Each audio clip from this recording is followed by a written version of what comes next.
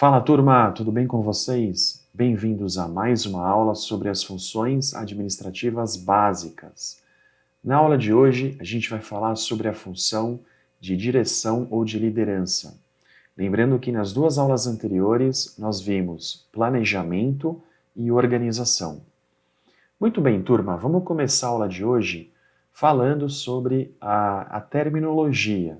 Muitos autores utilizam a função administrativa de direção, eles usam essa palavra, direção, e outros autores falam em liderança, mas são termos muito semelhantes, muito parecidos, tá?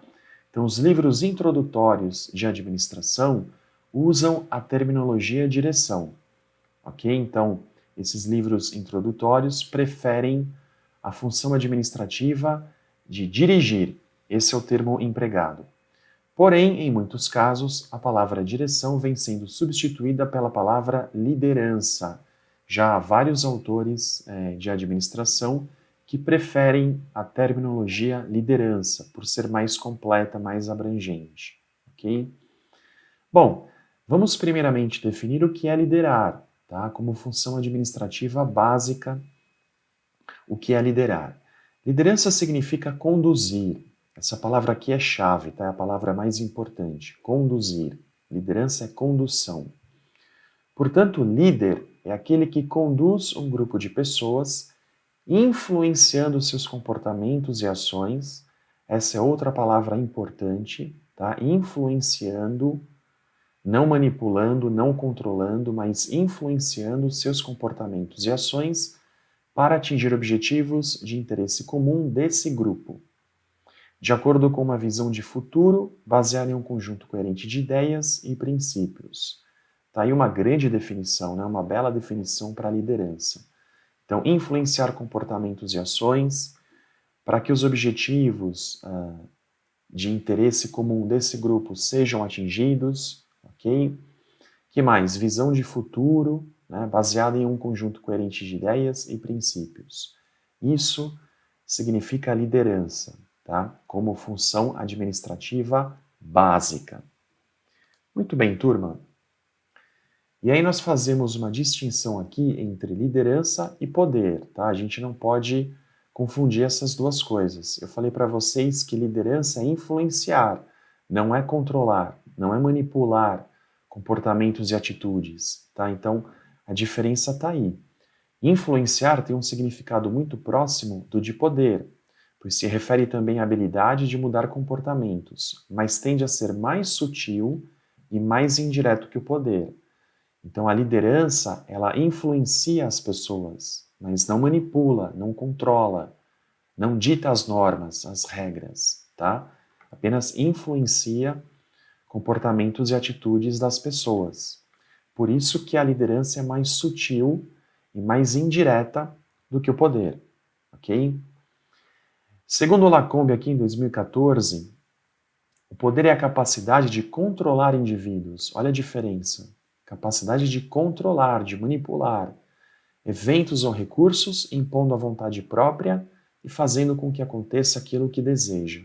Então, quando nós analisamos a liderança como função administrativa básica, a gente precisa sempre relacionar a liderança com a capacidade de influência e não com a capacidade de controle dos indivíduos. Basicamente é essa a diferença, tá?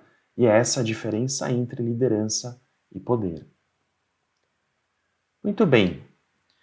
Aí, turma, a gente vai para a parte principal, que fala sobre os estilos de liderança. Então, aqui a gente vai ver quais são esses estilos de liderança utilizados aí na administração.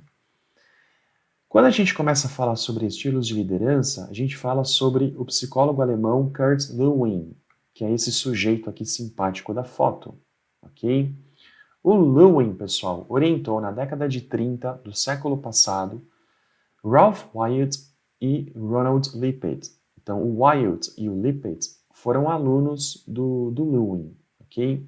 Em uma pesquisa que tinha como participantes 3 grupos de crianças submetidas a lideranças diferentes. Então, uma liderança autocrática, uma liderança democrática e uma liderança chamada de liberal, laissez-faire em francês. tá?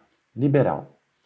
E essa teoria foi denominada os 3 estilos de White e Lippett, né, os alunos do Lewin. Muito bem, o resultado da pesquisa demonstrou que as crianças se comportavam de forma diferente de acordo com os tipos de liderança a que eram submetidas. Então, se a liderança era mais autocrática, mais rígida, as crianças apresentavam um comportamento semelhante a essa liderança. Tá? Elas também eram mais rígidas no seu comportamento, elas eram mais inflexíveis. Já quando a liderança era democrática, as crianças também tendiam a ser mais democráticas, tá? Mais participativas dentro do grupo. E quando a liderança era liberal, laissez-faire, as crianças faziam aquilo que elas queriam, não respeitavam nenhum tipo de hierarquia. Tá? Então essa pesquisa demonstrou isso, que dependendo do estilo de liderança, as crianças se adaptavam a esse estilo e passavam a ter comportamentos e atitudes em função do estilo de liderança. Ok? As conclusões dessa pesquisa, em suma, em resumo, definiram as características desses 3 estilos de liderança, que a gente vai ver agora, tá? A autocrática, a democrática e a liberal. Vamos falar um pouquinho então da liderança autocrática, tá? Então a gente tem aqui, o líder fixa as diretrizes a serem seguidas. É o líder aqui quem comanda, quem determina as diretrizes, ok? Sem qualquer participação do grupo. Não há participação de nenhum membro do grupo. É o líder que determina as técnicas para a execução das tarefas, assim como quem deve executá-las. O líder é dominador, pois assume toda a responsabilidade sobre suas decisões. Pessoal, participação aqui 0, tá? Nada de democracia, nada de participação dos membros organizacionais no processo de tomada de decisão, tá? O líder determina absolutamente tudo, ele faz tudo. E também ele assume toda a responsabilidade sobre as suas decisões. Se der certo, mérito do líder. Se der errado, também é uma responsabilidade inteiramente do líder do grupo. Tá? Essa é a liderança autocrática. Liderança democrática.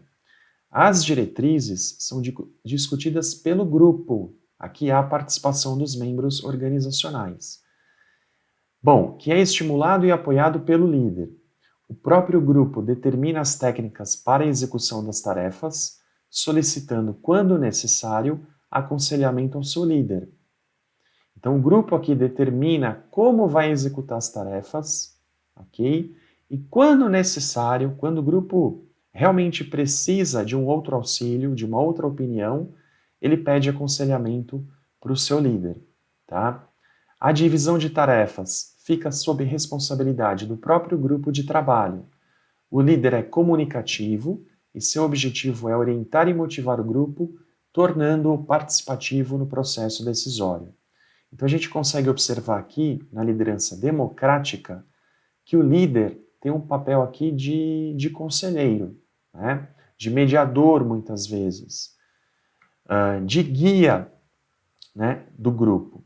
Então, a divisão das tarefas, por exemplo, é determinada pelo próprio grupo de trabalho. O grupo de trabalho se organiza para realizar as tarefas, verifica quem vai fazer o quê, né? O líder, ele acaba tendo esse papel, então, de motivador, de orientador, de guia do grupo, e faz com que todos os membros do grupo se sintam à vontade para participar do processo decisório. Tá? Então, a opinião dos membros organizacionais é muito importante quando o líder precisa tomar alguma decisão.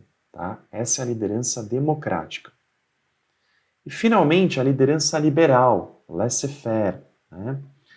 Há liberdade plena para as decisões individuais ou grupais sem participação do líder. Então, as decisões são tomadas pelos próprios membros da equipe, tá? O líder não participa das decisões. A divisão de tarefas fica sob total responsabilidade do próprio grupo de trabalho, sem nenhuma interferência do líder, que não avalia ou regula o curso dos acontecimentos. O líder é ausente, deixando a tarefa da tomada de decisão para o grupo. E aí você faz a seguinte pergunta: professor, a liderança liberal funciona na prática? É possível que um grupo de trabalho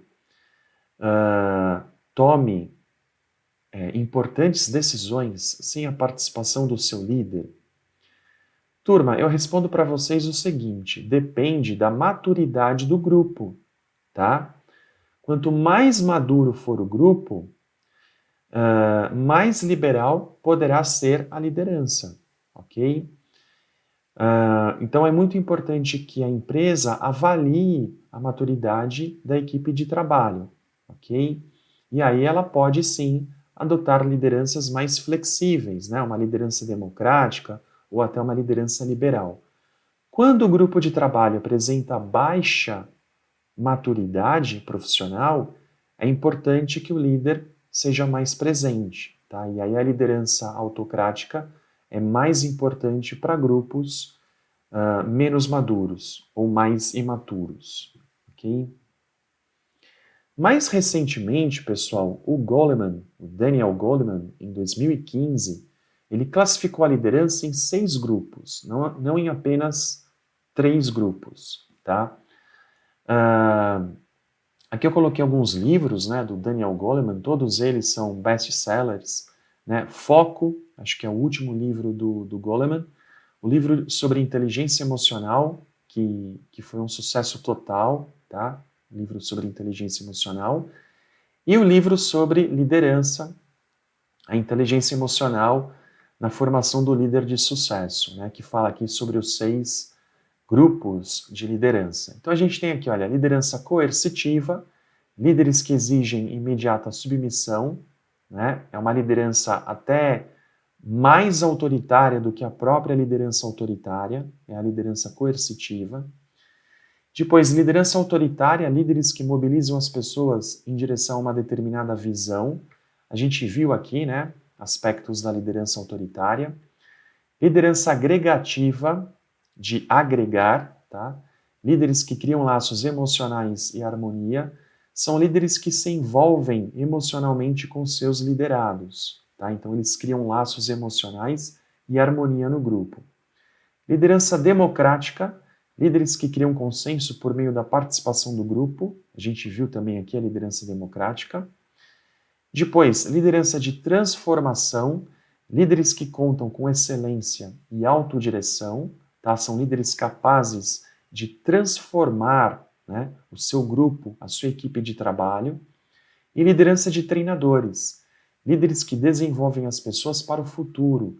São líderes que assumem um papel aí de coach, né? São coaches, são líderes que procuram desenvolver as habilidades, as atitudes de seus liderados, para o próprio crescimento pessoal do líder e para o crescimento pessoal da equipe, tá? Então são 6 grupos aqui de acordo com o Goleman: liderança coercitiva, autoritária, agregativa, democrática, de transformação e liderança de treinadores. Muito bem, pessoal, como eu havia falado para vocês, não existe um modelo ou estilo único de liderança. Vai depender muito da maturidade do grupo, ok? E diante da realidade da globalização, os líderes devem enfrentar os desafios que se apresentam em um cenário cada vez mais competitivo e instável. Isso é evidente, né? Os aspectos de liderança aqui vêm mudando bastante ao longo do tempo, né? Principalmente aí devido à globalização, tá? Os líderes precisam aí enfrentar os novos desafios que se apresentam em um cenário muito competitivo e de bastante instabilidade. Faz-se necessário um líder capaz de desenvolver competências essenciais que permitam a ele guiar a organização para um crescimento sustentável, razão pela qual a função administrativa de liderança ser considerada uma das mais importantes da administração moderna.